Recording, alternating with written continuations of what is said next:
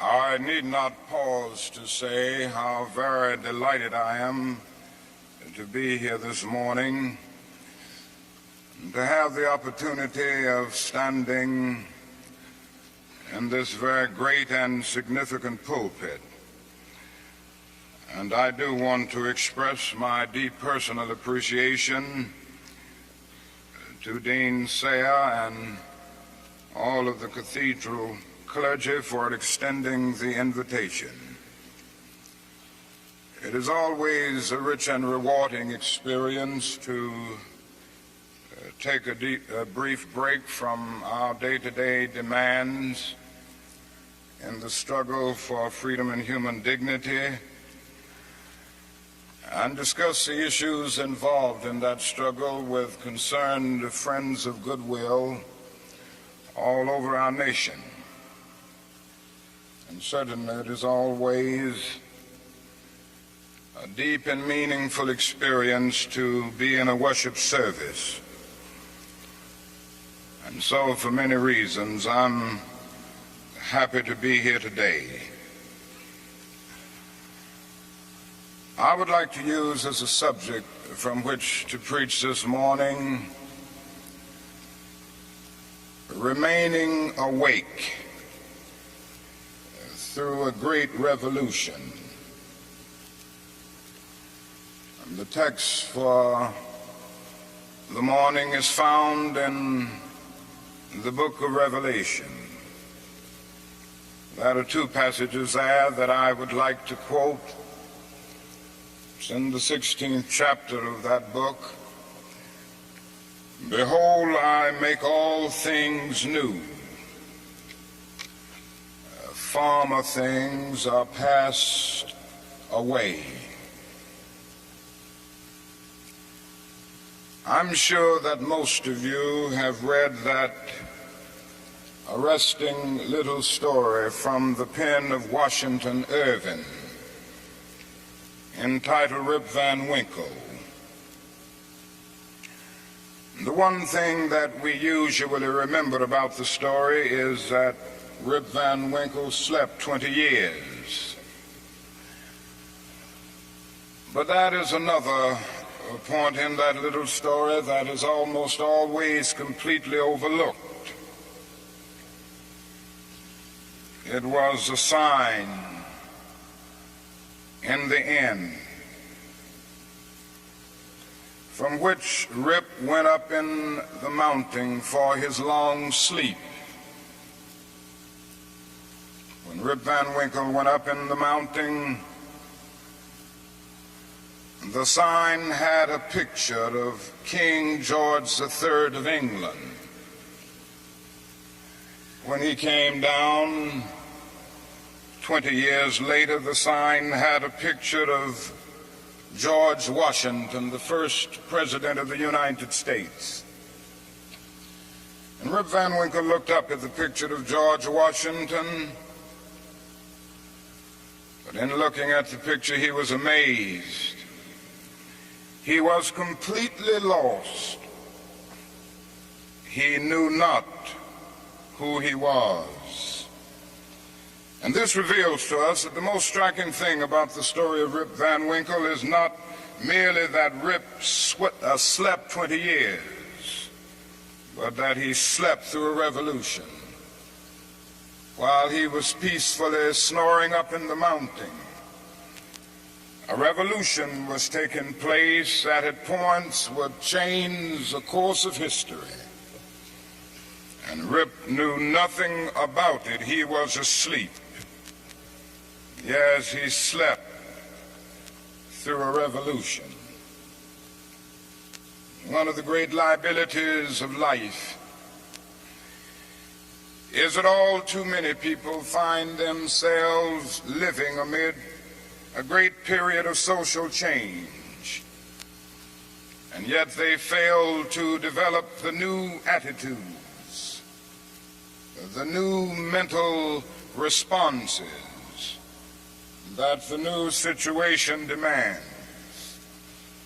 They end up sleeping through a revolution.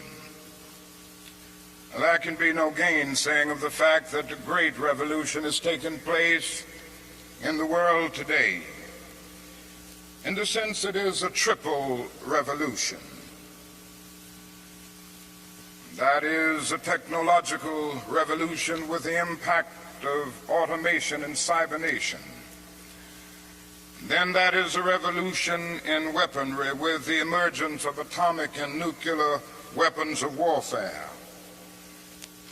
Then that is a human rights revolution with the freedom explosion that has taken place all over the world. Yes, we do live in a period where changes are taking place. And that is still a voice crying through the vista of time, saying, "Behold, I make all things new. Former things are passed away." Now, whenever anything new comes into history, it brings with it new challenges and new opportunities.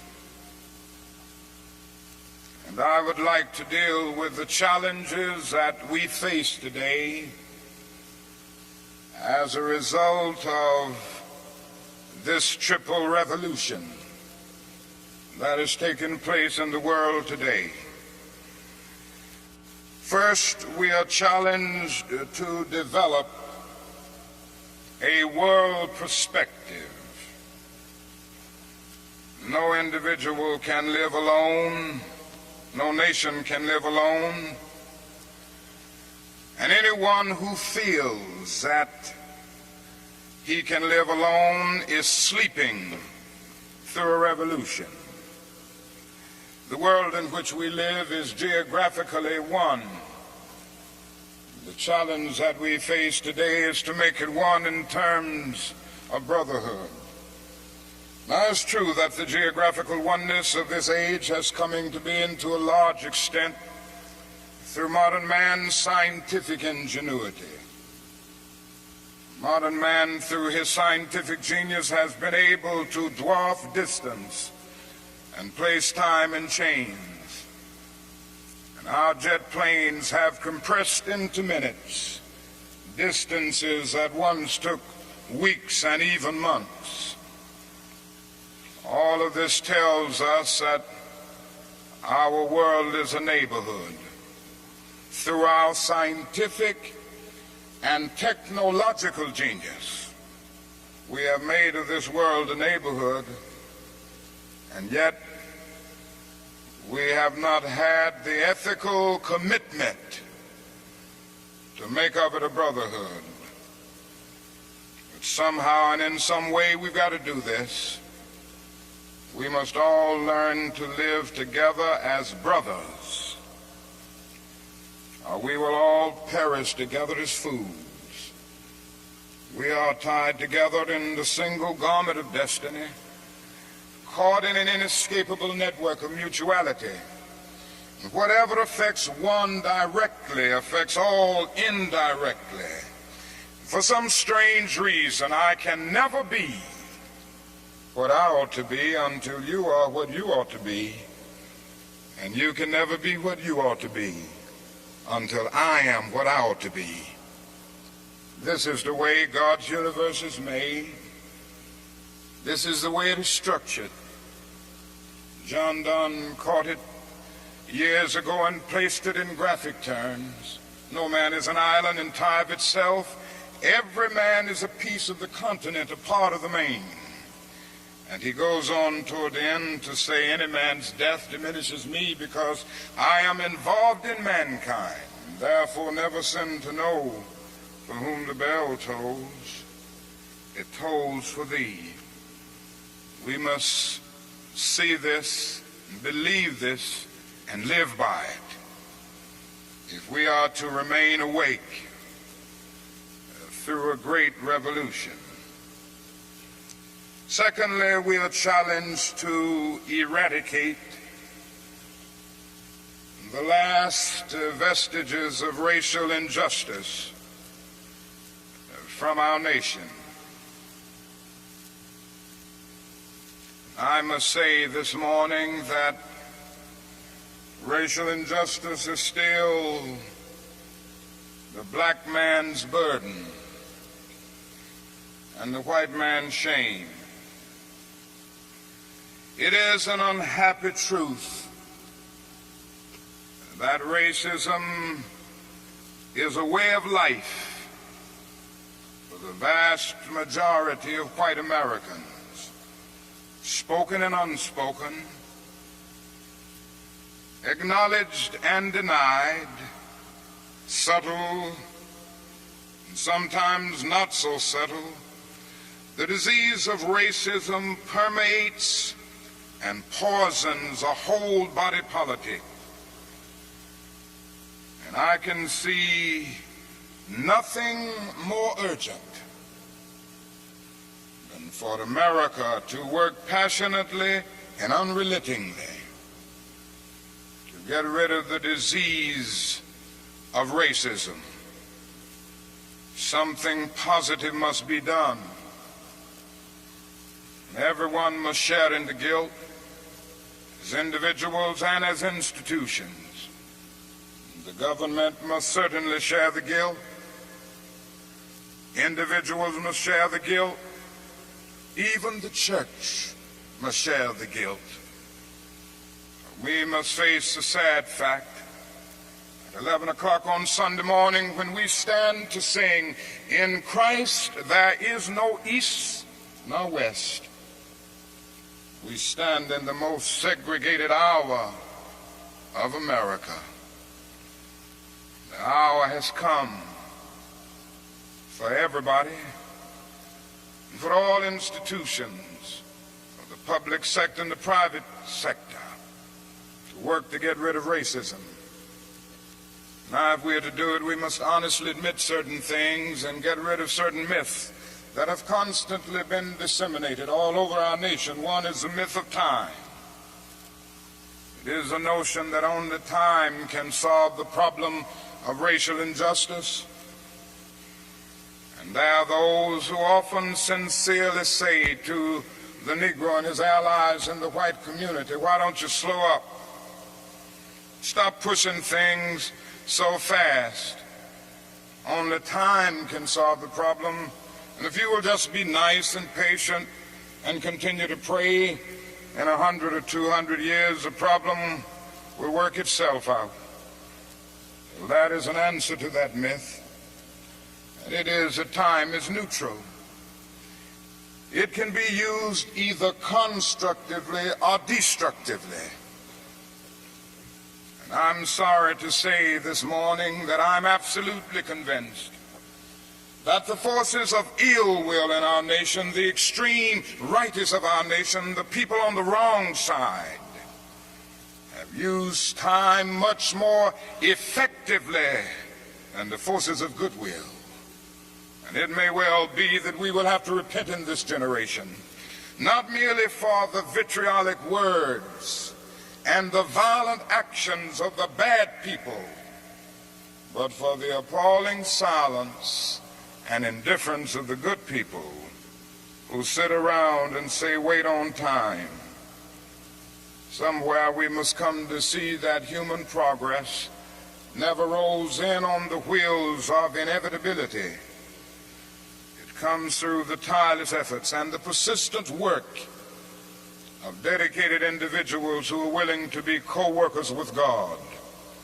And without this hard work, time itself becomes an ally of the primitive forces of social stagnation. So we must help time and realize that the time is always right to do right. Now, that is another myth that still gets around. It is a kind of over-reliance on the bootstrap philosophy. And there are those who still feel that if the Negro is to rise out of poverty, if the Negro is to rise out of slum conditions, if he is to rise out of discrimination and segregation, he must do it all by himself. And so they say the Negro must lift himself by his own bootstraps. They never stopped to realize that no other ethnic group has been a slave on American soil. The people who say this never stop to realize that the nation made the black man's color a stigma. But beyond this, they never stop to realize the debt that they owe a people who were kept in slavery 244 years. In 1863, the Negro was told that he was free as a result of the Emancipation Proclamation being signed by Abraham Lincoln. But he was not given any land to make that freedom meaningful. It was something like keeping a person in prison for a number of years and suddenly discovering that that person is not guilty of the crime for which he was convicted. And you just go up to him and say, now you're free. But you don't give him any bus fare to get to town. You don't give him any money to get some clothes to put on his back or to get on his feet again in life. Every code of jurisprudence would rise up against this. And yet this is the very thing that our nation did to the black man. It simply said, you're free, and it left him there penniless, illiterate, not knowing what to do. And the irony of it all is that at the same time that the nation failed to do anything for the black man, through an act of Congress, it was giving away millions of acres of land in the West and the Midwest, which meant that it was willing to undergird its white peasants from Europe with an economic floor. But not only did it give the land, it built land-grant colleges to teach them how to farm. Not only that, it provided county agents to further their expertise in farming. Not only that, as the years unfolded, it provided low interest rates so that they could mechanize our farms. And to this day, thousands of these very persons are receiving millions of dollars in federal subsidies every year not to farm. And these are so often the very people who tell Negroes that they must lift themselves by their own bootstraps. It's all right to tell a man to lift himself by his own bootstraps, but it is a cruel jest to say to a bootless man that he ought to lift himself by his own bootstraps. We must come to see that the roots of racism are very deep in our country. And there must be something positive and massive in order to get rid of all of the effects of racism and the tragedies of racial injustice. Now, that is another thing closely related to racism that I would like to mention as another challenge. We are challenged to rid our nation and the world of poverty. Like a monstrous octopus, poverty spreads its nagging, prehensile tentacles into hamlets and villages all over our world. 2/3 of the peoples of the world go to bed hungry at night. They are ill-housed, they are ill-nourished, they are shabbily clad. I've seen it in Latin America, I've seen it in Africa. I've seen this poverty in Asia. I remember some years ago, Mrs. King and I journeyed to that great country known as India. And I never will forget the experience. It was a marvelous experience to meet and talk with the great leaders of India. And to meet and talk with and speak to thousands and thousands of people all over that vast country. These experiences will remain dear to me as long as the cords of memory shall lengthen. But I say to you this morning, my friends, there were those depressing moments. How can one avoid being depressed when he sees with his own eyes evidences of millions of people going to bed hungry tonight? How can one avoid being depressed when he sees with his own eyes God's children sleeping on the sidewalks at night? In Bombay, more than 1 million people sleep on the sidewalks every night. In Calcutta, more than 600,000 sleep on the sidewalks every night. They have no beds to sleep in. They have no houses to go in. How can one avoid being depressed when he discovers that out of India's population of more than 500 million people, some 480 million make an annual income of less than $90 a year, and most of them have never seen a doctor or dentist. As I noticed these things, something within me cried out, can we in America stand idly by and not be concerned? And an answer came, oh no, because the destiny of the United States is tied up with the destiny of India and every other nation. And I started thinking of the fact that we spend in America millions of dollars a day to store surplus food. And I said to myself, I know where we can store that food free of charge, in the wrinkled stomachs of the millions of God's children all over the world who go to bed hungry at night.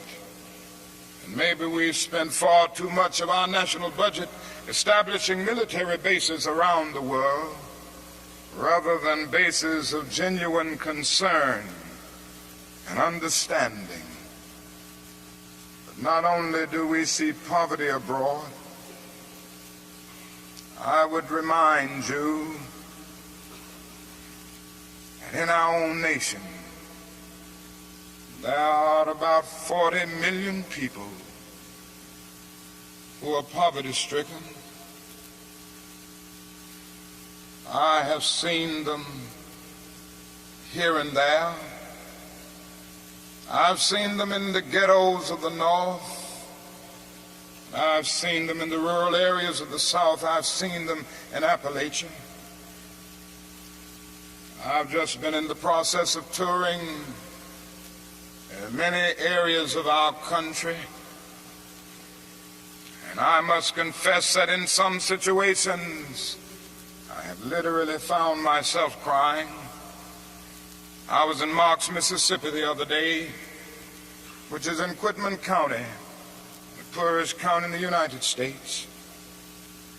I tell you, I saw hundreds of little black boys and black girls walking the streets with no shoes to wear. I saw their mothers and their fathers trying to carry on a little Head Start program, but they had no money. The federal government hadn't funded them. They were trying to carry on, and they raised a little money here and there, trying to get a little food to feed the children, trying to teach them a little something. And I saw mothers and fathers who said to me, not only were they unemployed, but they didn't get any kind of income, no old age pension, no welfare check or anything. I said, how do you live? And they say, well, we go around to the neighbors and ask them for a little something. When the berry season comes, we pick berries. When the rabbit season comes, we hunt and catch a few rabbits. And that's about it. And I was in Newark and Harlem just this week. And I walked in to the homes of welfare mothers.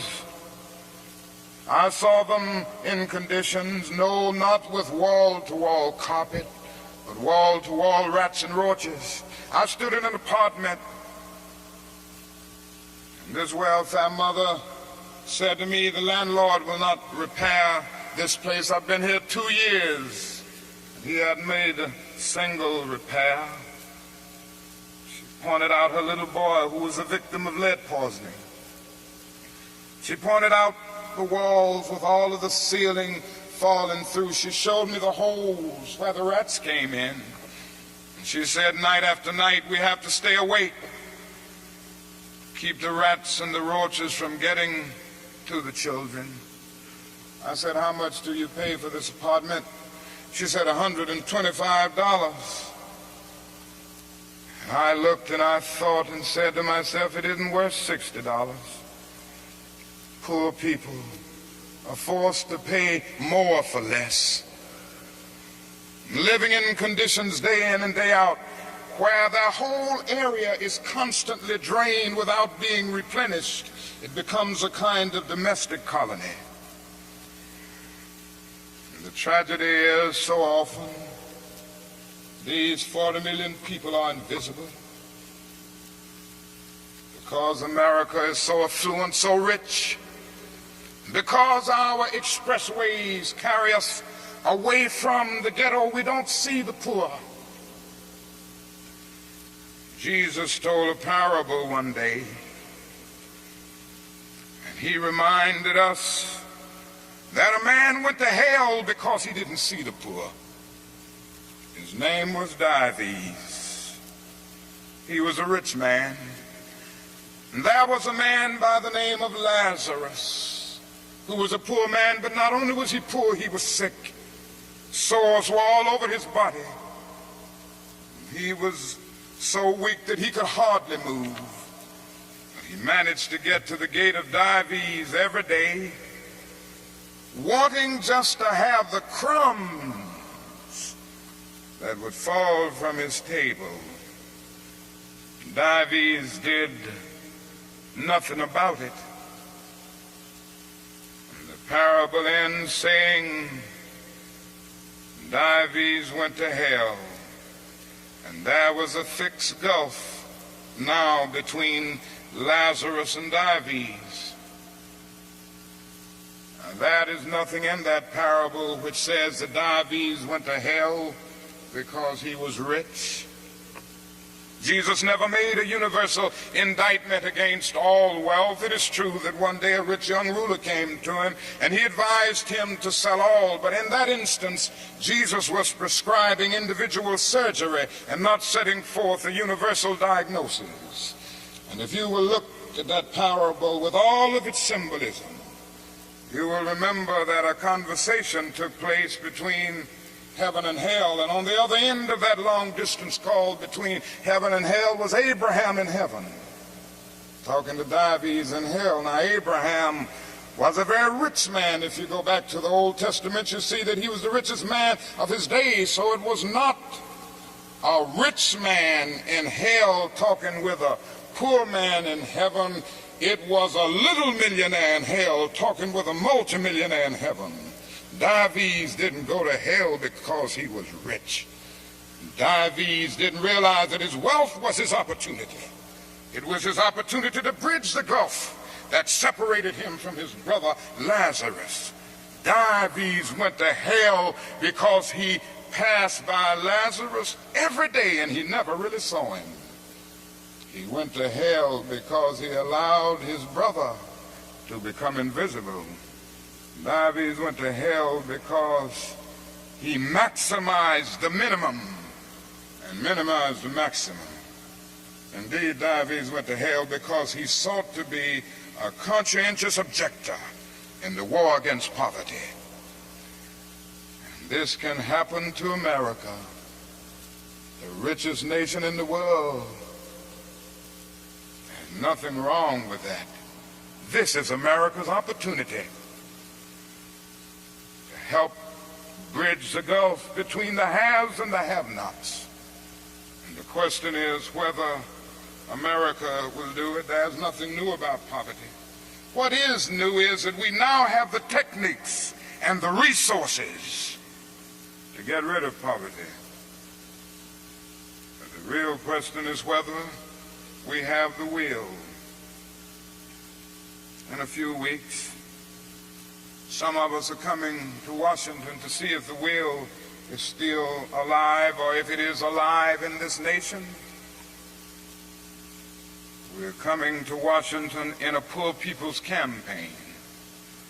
Yes, we're going to bring the tired, the poor, the huddled masses.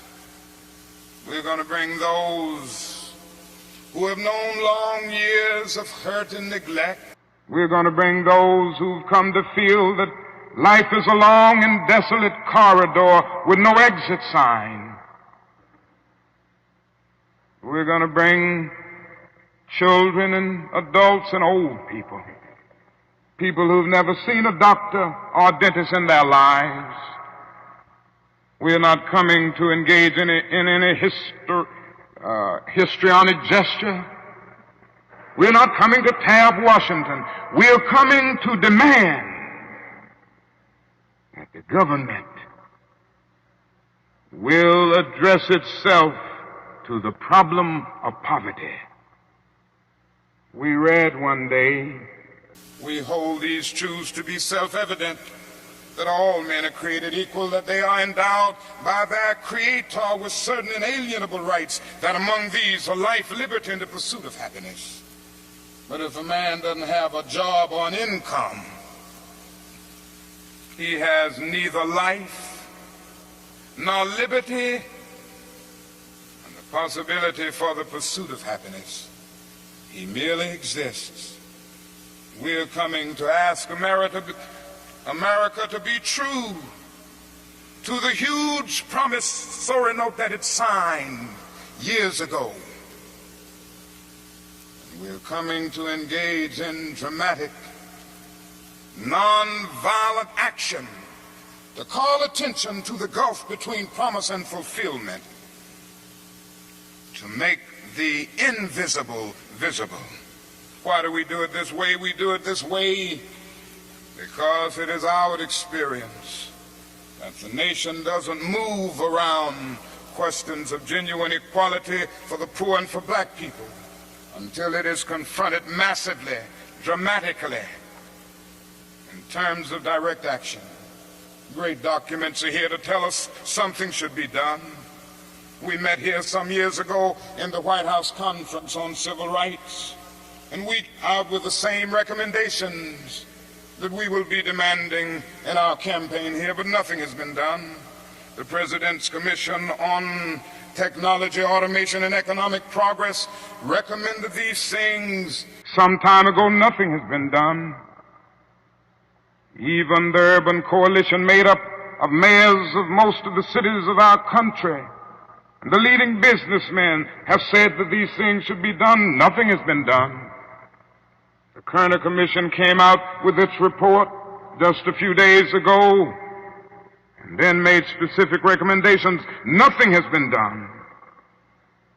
And I submit that nothing will be done until people of goodwill put their bodies and their souls in motion. And it will be the kind of soul force brought into being as a result of this confrontation that I believe will make the difference. Yes, it will be a poor people's campaign. This is a question facing America. Ultimately, a great nation is a compassionate nation. America has not met its obligations and its responsibilities to the poor. One day, we will have to stand before the God of history, and we will talk in terms of things we've done. Yes, we will be able to say, we build gargantuan bridges to span the seas. We build gigantic buildings to kiss the skies. Yes, we made our submarines to penetrate oceanic depths. We brought into being many other things with our scientific and technological power. It seems that I can hear the God of history saying, that was not enough, but I was hungry, and ye fed me not. I was naked and ye clothed me not. I was devoid of a decent sanitary house to live in, and ye provided no shelter for me. And consequently you cannot enter the kingdom of greatness. If ye do it unto the least of these, my brethren, ye do it unto me. That's the question facing America today. And I want to say one other challenge that we face is simply that we must find an alternative to war and bloodshed.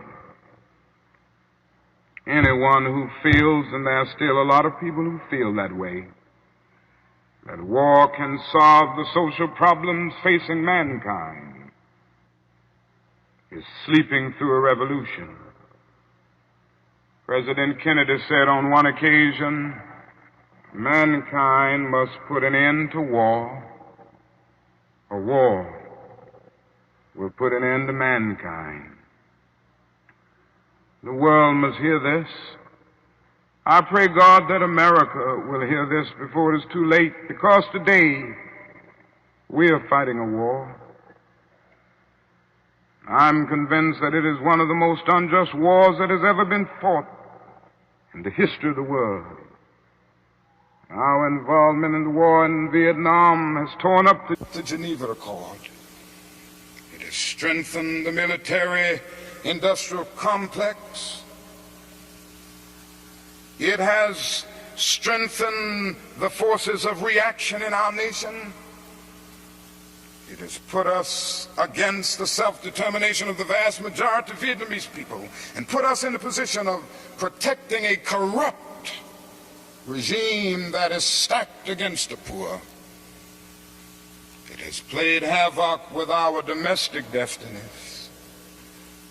And this day we are spending $500,000 to kill every Viet Cong soldier. Every time we kill one, we spend about $500,000, while we spend only $53 a year for every person characterized as poverty-stricken in the so-called poverty program, which is not even a good skirmish against poverty. But not only that, it has put us in a position of appearing to the world as an arrogant nation. Here we are 10,000 miles away from home, fighting for the so-called freedom of the Vietnamese people when we've not even put our own house in order. And we force young black men and young white men to fight and kill in brutal solidarity. And yet when they come back home, they can't hardly live on the same block together. Judgment of God is upon us today. And we could go right down the line and see that something must be done, and something must be done quickly. We have alienated ourselves from other nations, so we end up morally and politically isolated in the world. There's not a single major ally of the United States of America that would dare send a troop to Vietnam, and so the only friends that we have now are a few quiet nations like Taiwan, Thailand, South Korea, and a few others. This is where we are. Mankind must put an end to war, or war will put an end to mankind. And the best way to start is to put an end to the war in Vietnam, because if it continues, we will inevitably come to the point of confronting China, which could lead the whole world to nuclear annihilation. It is no longer the choice, my friends, between violence and nonviolence. It is either nonviolence or non-existence, and the alternative to disarmament, the alternative to a greater suspension of nuclear tests, the alternative to strengthening the United Nations and thereby disarming the whole world, may well be a civilization plunged into the abyss of annihilation, and our earthly habitat will be transformed into an inferno that even the mind of Dante could not imagine, This is why I felt the need of raising my voice against that war and working wherever I can to arouse the conscience of our nation on it. I remember so well when I first took a stand against the war in Vietnam, the critics took me on and they had their say in the most negative and sometimes most vicious way. One day a newsman came to me and said, "Dr. King, don't you think you're going to have to stop now opposing the war and move more in line with the administration's policy? Because I understand it has hurt the budget of your organization, and people who once respect you have lost respect. People who once respected you have lost respect for you. Don't you feel that you've really got to change your position?" I looked at him and I had to say, "Sir, I'm sorry, you don't know me. I'm not a consensus leader. I do not determine what is right and wrong by looking at the budget of the Southern Christian Leadership Conference or by taking a sort of Gallup poll of the majority opinion. Ultimately, a genuine leader is not a searcher for consensus, but a mold of consensus. On some positions, cowardice asks the question, is expedient? And then expediency comes along and asks the question, is it politic? Vanity asks the question, is it popular? And conscience asks the question, is it right? And there comes a time when one must take a position that is neither safe, nor politic, nor popular. But he must do it because conscience tells him it is right. And I believe today that that is a need for all people of goodwill to come with a massive act of conscience and say, in the words of the old Negro spiritual, we ain't gonna study war no more. This is the challenge facing modern man. Let me close by saying that we have difficult days ahead in the struggle for justice and peace. But I will not yield to a politic of despair. I'm going to maintain hope. As we come to Washington in this campaign, the cards are stacked against us. This time we will really confront a Goliath. And God grant that we will be that David of truth set out against the Goliath of injustice, the Goliath of neglect, the Goliath of refusing to deal with the problems, and go on with a determination to make America the truly great America that it is called to be. I say to you that our goal is freedom, and I believe we're going to get there, because however much she strays away from it, the goal of America is freedom. Abused and scorned though we may be as a people, our destiny is tied up in the destiny of America. Before the Pilgrim Fathers landed at Plymouth, we were here. For Jefferson etched across the pages of history the majestic words of the Declaration of Independence, we were here. Before the beautiful words of the Star-Spangled Banner were written, we were here. And for more than 2 centuries, our forebears labored here without wages. They made cotton king, and they built the homes of their masters in the midst of the most humiliating and oppressive conditions. And yet out of a bottomless vitality, they continue to grow and develop.